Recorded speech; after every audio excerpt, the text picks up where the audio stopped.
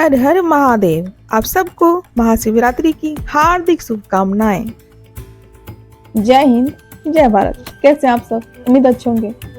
दोस्तों, आज मैं कहानी आप लोग को सुनाऊंगी ना, वो इतनी एनर्जीफुल है और इतनी पॉजिटिविटी वाली है कि आप लोग सुनोगे ना तो खुद आप फील करोगे। क्योंकि जब ये मैं रिकॉर्डिंग कर रही थी तो मैंने इसे फील किया, इसलिए मैं बोल रही हूँ। और जब आप इसे सुनोगे तो आप में भी कुछ ना कुछ परिवर्तन, पॉजिटिव परिवर्तन तो आएगा ही। क्योंकि ये कहानी हमारे भोले बाबा की, भावना के भूखे हमारे भोले बाबा। तो चले कहानी की ओर जानते हैं इस कहानी में ऐसा है क्या।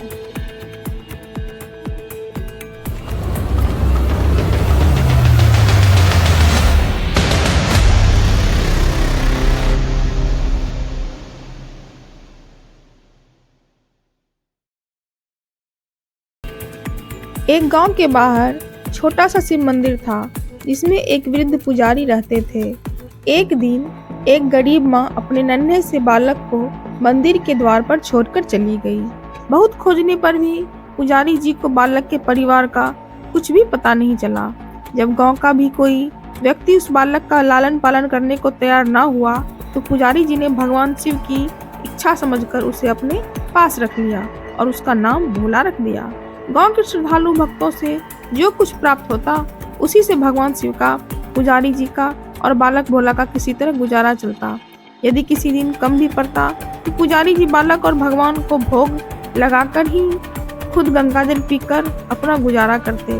धीरे धीरे भोला बड़ा होने लगा और अब वह पुजारी जी के कामों में हाथ बटाने लगा।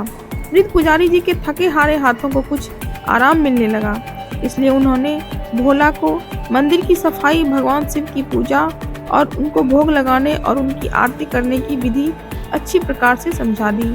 अब वे स्वयं भगवान शिव के नाम जप और संकीर्तन में समय व्यतीत करने लगे। एक दिन भगवान शिव के मंगलकारी नाम शिव शिव शिव शिव का जप करते हुए ही उनके प्राण छूट गए। अब बालक भोला का इस संसार में भगवान शिव के सिवा और कोई सहारा न रहा। उसने पुजारी जी की ये 3 बातें कभी नहीं भूली। पहला, भगवान भोलेनाथ शिव शंकर को ताजी गर्म रसोई का ही भोग लगाना। दूसरा, भगवान को भोग लगाए बिना स्वयं कुछ भी नहीं खाना। और तीसरा, भगवान शिव पर विश्वास रखकर कभी भी किसी भी वस्तु का संग्रह न करना, बासी भोजन का भी नहीं। यदि कोई भक्त पहले से बना भोजन या मिठाई मंदिर में दे जाता तो बालक भोला उसे गरीबों में बांट देता। वह ताजी रसोई बनाकर ही भगवान को भोग लगाता, उसके बाद ही स्वयं प्रसाद ग्रहण करता और यदि बचता तो उसे बांट देता। यदि रसोई बनाने को सामग्री ना होती तो भोले बाबा और भोला भगत दोनों गंगाजल पीकर ही रह जाते। एक बार बरसात का मौसम आया और 3-4 दिन तक मूसलाधार वर्षा होने से मंदिर में एक भी भक्त नहीं जागा। भोला अपने भोले बाबा को गंगाजल ही भोग लगाता और उसे ही पीकर रह जाता। भोले बाबा बालक की भक्ति और सहन शक्ति की परीक्षा लेते रहे, किंतु आखिर में अपने भक्त बालक को भूख से तड़पते देख उनसे रहा न गया। वे सेठ के नौकर का रूप धरकर हाथ में भोजन सामग्री की पोटली लेकर वर्षा में भीगते हुए मंदिर के द्वार पर जा पहुंचे। उन्होंने आवाज लगाकर भोला को बुलाया और उसके हाथ में पोटली देते हुए बोले, सेठ जी ने यह कच्चा राशन भेजा है, इससे रसोई बनाओ, भोग लगाओ और स्वयं भी प्रसाद पाओ। मैं कल फिर आऊँगा। भोला भगत ने आशीर्वाद देकर उसे विदा किया और सूखी गीली लकड़ियों के धुएं में गर्म रसोई बनाकर भोले बाबा को भोग लगाया। पूरी बरसात के मौसम में भोले बाबा नौकर के वेश में भोला भगत को सीधा देने आते रहे और स्वयं भी गर्मा गर्म रसोई का भोग पाते रहे। एक दिन भोला भगत ने सोचा कि सेठ जी को कच्चा राशन भेजते हुए 4 महीने हो चले हैं, किंतु वे स्वयं कभी मंदिर नहीं आते, भोले बाबा का प्रसाद ग्रहण करने नहीं आए। अगले दिन जब भोले बाबा नौकर के वेश में सीधे की पोटली देने आए तो भोला भगत उनसे बोला, भाई तुम्हारे इतने धर्मात्मा सेठ जी कभी स्वयं मंदिर में प्रसाद लेने क्यों नहीं आते? इस कारण मेरा हृदय अत्यंत दुखी हो रहा है। अपने सेठ जी से कहना कि कल वे भी मंदिर में प्रसाद ग्रहण करने आए और अवश्य आए। सुनकर नौकर बने भोले बाबा चौंक कर घबरा उठे और बोले, पुजारी जी, सेठ जी मेरे द्वारा आपको कच्चा राशन भेजते हैं, आप इससे भगवान को भी भोग लगा लेते हैं। और स्वयं भी प्रसाद पाते हैं। फिर सेठ जी को बीच में बुलाने की क्या जरूरत है? जैसा चल रहा है वैसे ही चलने दीजिए ना। भोला बाबा ऐसे ही कैसे चलने दूं? आपके धर्मात्मा सेठ जी इतने दिनों से कच्चा राशन भेज रहे हैं, क्या मैं उन्हें भगवान का प्रसाद देने का अपना कर्तव्य भी पूरा ना करूं? मैं किसी का उधार खाने वाला नहीं हूं। अपने सेठ जी से कह देना कि यदि कल भोले बाबा का प्रसाद ग्रहण करने ना पधारे तो मैं उनका कच्चा राशन लेना बंद कर दूंगा। नौकर बने भोले बाबा तो अपने भोले भगत की अकड़ देखकर कांप उठे और यह सोचकर मन ही मन हंसे कि वाह, आज तो लेने वाला ही देने वाले पर धौंस दिखा रहा है।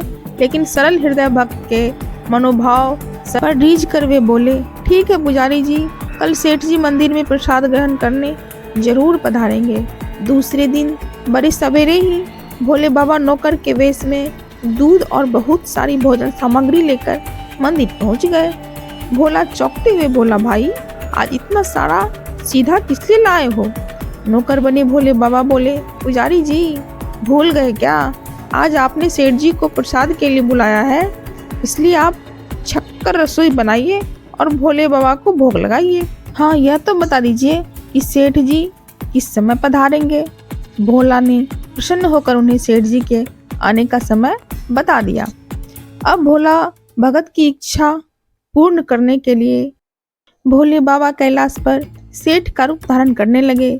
इधर अपने स्वामी को एक प्यारे भक्त के यहाँ जाने का समाचार सुनकर ममतामयी अन्नपूर्णा माँ पार्वती भी भला कैसे पीछे रहती। वे भी पति की आज्ञा लेकर सेठानी का रूप धारण करने में जुट गई। भोले बाबा ने अपने गले से मुंडों की माला उतार दी, शरीर पर लगी भस्म, कमर पर पहना हुआ बाघंबर और बाहों और कानों में पहने सांपों के हार भी उतार कर रख दिए। उन्होंने एक मखमल का सुंदर कुर्ता धारण कर लिया, अपनी जटाएं सीधी कर गंगा और चंद्रमा को उसमें छिपा लिया और ऊपर से एक सुंदर रंग बिरंगी पगड़ी पहन ली। सदैव नंगे पैर विचरण करने वाले शिवजी ने आज अपने पैरों में रेशमी जूतियां धारण कर ली। एक दूसरे को सेठ सेठानी के वेश में देखा तो वे चकित होकर एक दूसरे को निहारते ही रह गए। जब भगवान गौरी शंकर सेठानी सेठ का रूप धरकर कैलाश से अपने भक्त के यहाँ दावत खाने चले गए तो गणेश, कार्तिकेय, नंदी, ऋषि, मुनि, देवता और भी देवगण भी उन्हें देखकर ठगे से रह गए।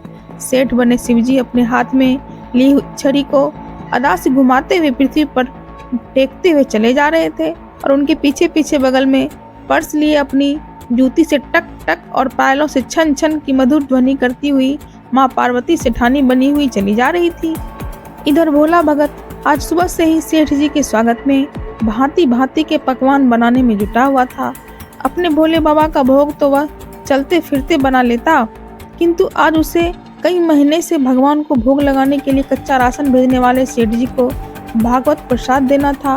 अतः आज उसने अपनी सारी पाक कला झोंक डाली थी। उसने सेठ जी द्वारा भेजे हुए चावल धोकर खीर बनाई, उसे धीमी आंच पर पकाकर गाढ़ा किया और उसमें सेठ जी के द्वारा भेजे हुए पिस्ते, बादाम, केसर, चिलगोजे, किशमिश डाले, बहुत सारी सामग्री डाली। मिर्च और अदरक को कूटकर उसे बाजरा, बेसन और गेहूं के आटे में भर भर कर मोटे मोटे मिस्से टिक्कर बनाए। रसोई बनाकर भोला भगत पुनः स्नान करने चला गया ताकि स्वच्छ वस्त्र पहनकर भोले बाबा को भोग लगा सके और सेठ जी को उनका प्रसाद दे सके। जब भोला भगत स्नान करके लौटा तो देखा सेठ जी प्रसाद ग्रहण करने के लिए स्वयं तो आए ही हैं, संग में अपनी सेठानी जी को भी लेकर आए हैं। भोला ने झट दोनों से राम राम की और उन्हें आसन देकर बैठाया और बोला, मैं अभी भगवान को भोग लगाकर आता हूँ, फिर आपको प्रसाद परोसूंगा। भावना के भूखे भोले बाबा से भूख सहन नहीं हो पा रही थी, इसलिए वे बोले, पुजारी जी भगवान को जल्दी से भोग लगाइए, मुझसे भूख सहन नहीं होती। भोला भगत बोला, सेठ जी भूख तो मुझे भी बड़े जोर से लगी है, किंतु मैं अपनी भूख के कारण भगवान को भोग लगाना नहीं भूलता। यदि दुनिया के सारे लोग इसी तरह अपनी भूख के लिए भगवान को भोग लगाना भूल जाएं, तो भगवान तो भूखों मर जाएंगे। सेठ जी बने भोले बाबा एक पत्तल उठाते हुए बोले, पुजारी जी आप भोग लगाइए, इधर मैं पत्तल परोस लेता हूँ, मुझसे भूख सहन नहीं हो पा रही है। भोला भगत सेठ जी बने भोले बाबा को डांटते हुए बोला, सेठ जी भगवान के काम में ना तो जल्दबाजी चलती है और ना ही कंजूसी। मैं जब तक भगवान को भोग नहीं लगा लेता आप रसोई के पास भी नहीं भटक सकते। चुपचाप इधर बैठ जाइए और ओम नमः शिवाय जपते रहिए।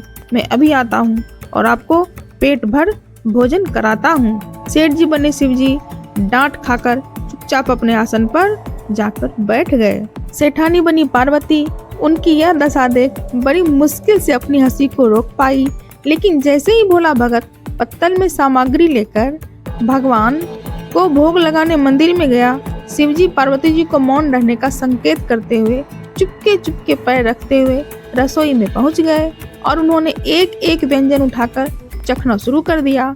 भोले बाबा तो प्रसाद को चखते ही भौचक्के रह गए।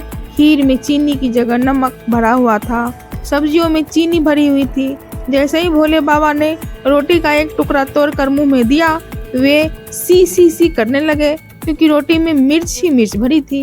वे सी करते हुए उल्टे पैर भाग आए और अपने आसन पर जाकर बैठ गए। माँ पार्वती अपने स्वामी की यह हालत देखकर खिलखिलाकर हंस पड़ी। इससे पहले कि भोले बाबा पार्वती जी के सामने कुछ सफाई दे पाते, भोला भगत ओम नमः शिवाय मंत्र का जप करते हुए आ पहुंचा। उसने भोग को रसोई में मिलाकर उसे पवित्र बना डाला और फिर सेठ जी के सामने पत्तल परोसकर हाथ जोड़कर बोला, सेठ जी अब आप जी भर कर प्रसाद पाइए। भोले बाबा तो अभी अभी भक्त की भक्ति से भी जोरदार उसके हाथ की बनी हुई रसोई चख चुके थे, अतः उसे ग्रहण करने की बात सुनकर उनके पसीने छूटने लगे। कभी भी भोला का तो कभी पार्वती का मुख देखने लगते। भोला को सेठ जी की ढील बर्दाश्त नहीं हुई और बोला, सेठ जी अब आप क्या हो गया? आपको अभी अभी तो इतनी उतावली मचा रहे थे, अब क्यों नहीं ग्रहण करते? आप ग्रहण करो, तभी तो माताजी भी प्रसाद ग्रहण करेंगी और फिर मैं भी प्रसाद पाऊंगा। भोला की ललकार सुनकर भोले बाबा ने चुपचाप खीर का कुल्हड़ उठाया और सारी नमकीन खीर गटागट पी गए। कुल्हड़ खाली होने की देर थी कि भोला ने उसे झट से भर दिया। अपने प्रिय भक्त के हाथों परोसे हुए भोग में भगवान को आज दुगुना स्वाद आने लगा। भोला परोसता गया और भोले बाबा पीते गए। जगत माता पार्वती भक्त और भगवान दोनों के प्रेम को देख देख कर मंत्र मुग्ध होती रही। जब सारी रसोई समाप्त हो गई तो भगवान ने एक जोर की डकार ली। भोला को होश आया और बोला, वाह सेठ जी वाह, मैं ही बावला था जो इतनी थोड़ी सी रसोई बनाई। मुझे पता होता कि आपको प्रसाद ग्रहण करने का इतना शौक है तो और भी ज्यादा रसोई बनाता। भोले बाबा अपने पेट पर हाथ फेरते हुए सेठानी बनी पार्वती जी की ओर मुस्कुराकर देखते हुए बोले, पुजारी जी मैं इतना रोज कहाँ खाता हूँ, किंतु आज प्रसाद इतना स्वादिष्ट बना था कि अपने पर वश ही नहीं रहा और खाता ही चला गया। किंतु तभी भोला भक्त रुआंसा होकर बोला, सेठ जी वह तो आपने ठीक किया, लेकिन माताजी तो भूखी ही रह गई। ममतामयी पार्वती माँ से भोला का रुआंसा मुख देखा नहीं गया। उन्होंने बची हुई खीर की 4 बूंदें खा ली। भोले बाबा द्वारा भोग लगाने से प्रसाद में अद्भुत अलौकिक स्वाद भर गया था। ऐसी सुगंधित और मीठी खीर चक्कर जगत जननी अकंठ तृप्त हो गई और उनके तृप्त होते ही सृष्टि का प्रत्येक प्राणी तृप्त हो गया। भोला भगत बोला, सेठ जी आपने और माता जी ने प्रसाद ग्रहण कर लिया, इससे मुझे अत्यंत संतोष हुआ। समझ लीजिए कि आप दोनों द्वारा प्रसाद ग्रहण करने से मेरा भी पेट भर गया। मेरी तो वैसे भी महीने में 4 एकादशी हो जाती है, किंतु मैं भी एक दाना ले ही लेता हूँ, जिससे कि भोले बाबा के प्रसाद का अनादर न हो। यह कहकर जैसे ही भोला ने खीर के पात्र में लगा चावल का एक दाना उठाकर अपने कंठ में डाला, उसकी जन्म जन्मांतर की भूख प्यास मिट गई और समस्त वासनाओं और इच्छाओं की तृप्ति हो गई।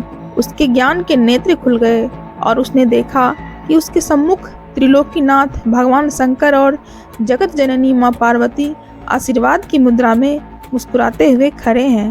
भोला दौड़कर उनके चरणों में लौट गया और उन्हीं में समा गया। हर हर महादेव। तो कैसी लगी आप सबको ये कहानी? अच्छी लगी ना? मुझे पता था कि कहानी कुछ ऐसी है, पॉजिटिव एनर्जी फील होती है। तो अगर कहानी पसंद आई हो तो प्लीज़ मेरे चैनल को लाइक कर लीजिए, सब्सक्राइब कर लीजिए और हाँ बेल आइकन भी दबा दीजिए। तो फिर मिलते हैं एक नई कहानी में। देखते रहिए कहानी गुंजन के साथ। जय हिंद, जय भारत।